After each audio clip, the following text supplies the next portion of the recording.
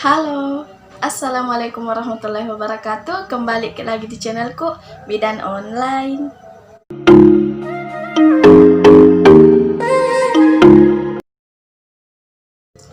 Untuk yang belum subscribe, silahkan untuk klik tombol subscribe dan aktifkan notifikasi atau tombol lonceng, karena masih ada banyak hal yang akan saya bahas di video selanjutnya. Jadi jangan sampai ketinggalan, moms. Terima kasih. Hari ini kita akan membahas tentang KB IUD atau spiral. IUD adalah singkatan dari intrauterine device, di mana ini adalah alat kontrasepsi yang dipasang dalam rahim dengan alat yang berbentuk huruf T dengan ukuran kecil yang terbuat dari bahan dasar plastik. Dengan cara kerjanya yaitu menghambat masuknya ke dalam rahim sehingga mencegah terjadinya kehamilan. KB spiral ini terdiri atas dua, yaitu yang pertama KB spiral yang non-hormonal atau KB spiral tembaga, dan yang kedua adalah KB spiral hormonal. Mari kita bahas satu persatu, oke? Yang pertama kita akan bahas dulu untuk KB spiral non-hormonal atau KB spiral tembaga, di mana efektivitasnya untuk mencegah kehamilan itu dalam jangka waktu kurang lebih 10 tahun. Cara kerjanya yaitu dengan melepaskan unsur tembaga secara perlahan untuk mencegah terjadinya proses pembuahan atau kehamilan. Kelebihannya adalah yang pertama bisa menjadi alat kontrasepsi darurat. Yang kedua, bisa dilepas atau dibuka kapan saja. Yang ketiga, setelah pemakaian akan mempercepat proses kembalinya kesuburan. Ada beberapa orang yang tidak bisa menggunakan KB spiral ini, yaitu orang dengan kondisi tertentu. Di antaranya adalah yang pertama dengan penyakit radang panggul, yang kedua dengan penyakit kanker serviks, yang ketiga orang yang sering mengalami perdarahan pervagina tanpa adanya penyebab secara jelas, yang keempat orang dengan resiko terjangkit penyakit menular seksual, dan yang kelima itu adalah orang dengan riwayat pemakaian IUD sebelumnya tapi mengalami masalah, atau orang dengan masalah pada pemakaian IUD yang sebelumnya. Yang kedua adalah KB spiral hormonal atau KB spiral yang mengandung hormon, di mana hormon kandungannya ini adalah hormon progestin, jadi aman untuk ibu menyusui. Efektivitasnya itu 3-5 tahun pemakaian, tergantung dari mereknya.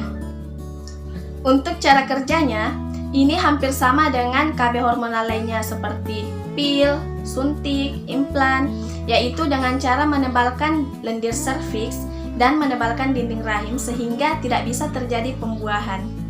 Keuntungannya adalah yang pertama mengurangi nyeri haid, kemudian yang kedua adalah mengurangi resiko terkena kanker endometrium dan kanker serviks. Yang ketiga, bisa dilepas kapan saja, dan yang keempat, kesuburan itu bisa kembali dengan cepat setelah pelepasan alat kontrasepsi IUD ini. Selain kelebihan dari spiral hormonal ini, ada juga efek samping yang akan ditimbulkan, seperti sakit kepala, muncul jerawat, perubahan mood, nyeri payudara. Tapi, efek samping yang ditimbulkan ini tidak akan berlangsung lama dan akan hilang setelah beberapa bulan pemakaian. Selanjutnya adalah kekurangan dari KB spiral ini. Baik itu spiral tembaga maupun spiral hormonal, kekurangannya itu adalah biaya pemasangan itu mahal. Tidak semurah dengan seperti pil, suntik. Kemudian untuk proses pemasangan dan pencabutannya itu harus dilakukan oleh bidan atau dokter. Mungkin ada dari moms yang bertanya, bagaimana sih tahap pemasangan IUD ini? Nah, saya akan jelaskan. Tahap yang pertama adalah konsultasi. Moms datang ke pelayanan kesehatan, ke bidan atau ke dokter, kemudian moms bisa konsultasikan apa saja yang akan moms tanyakan untuk penggunaan KB spiral ini. Setelah sepakat antara pasien dan bidan, kemudian biasanya bidan akan memberikan moms itu anti nyeri. seperti ibuprofen untuk diminum 1 jam sebelum pemasangan.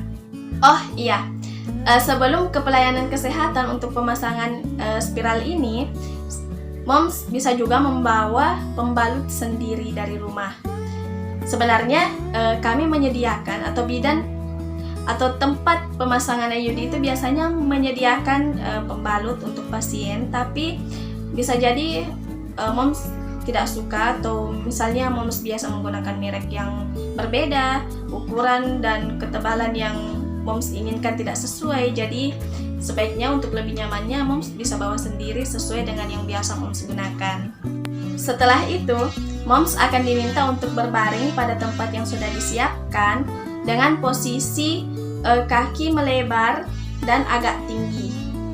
Setelah menyiapkan alat, bidan akan melakukan pengukuran dan memeriksa posisi dan keadaan rahim.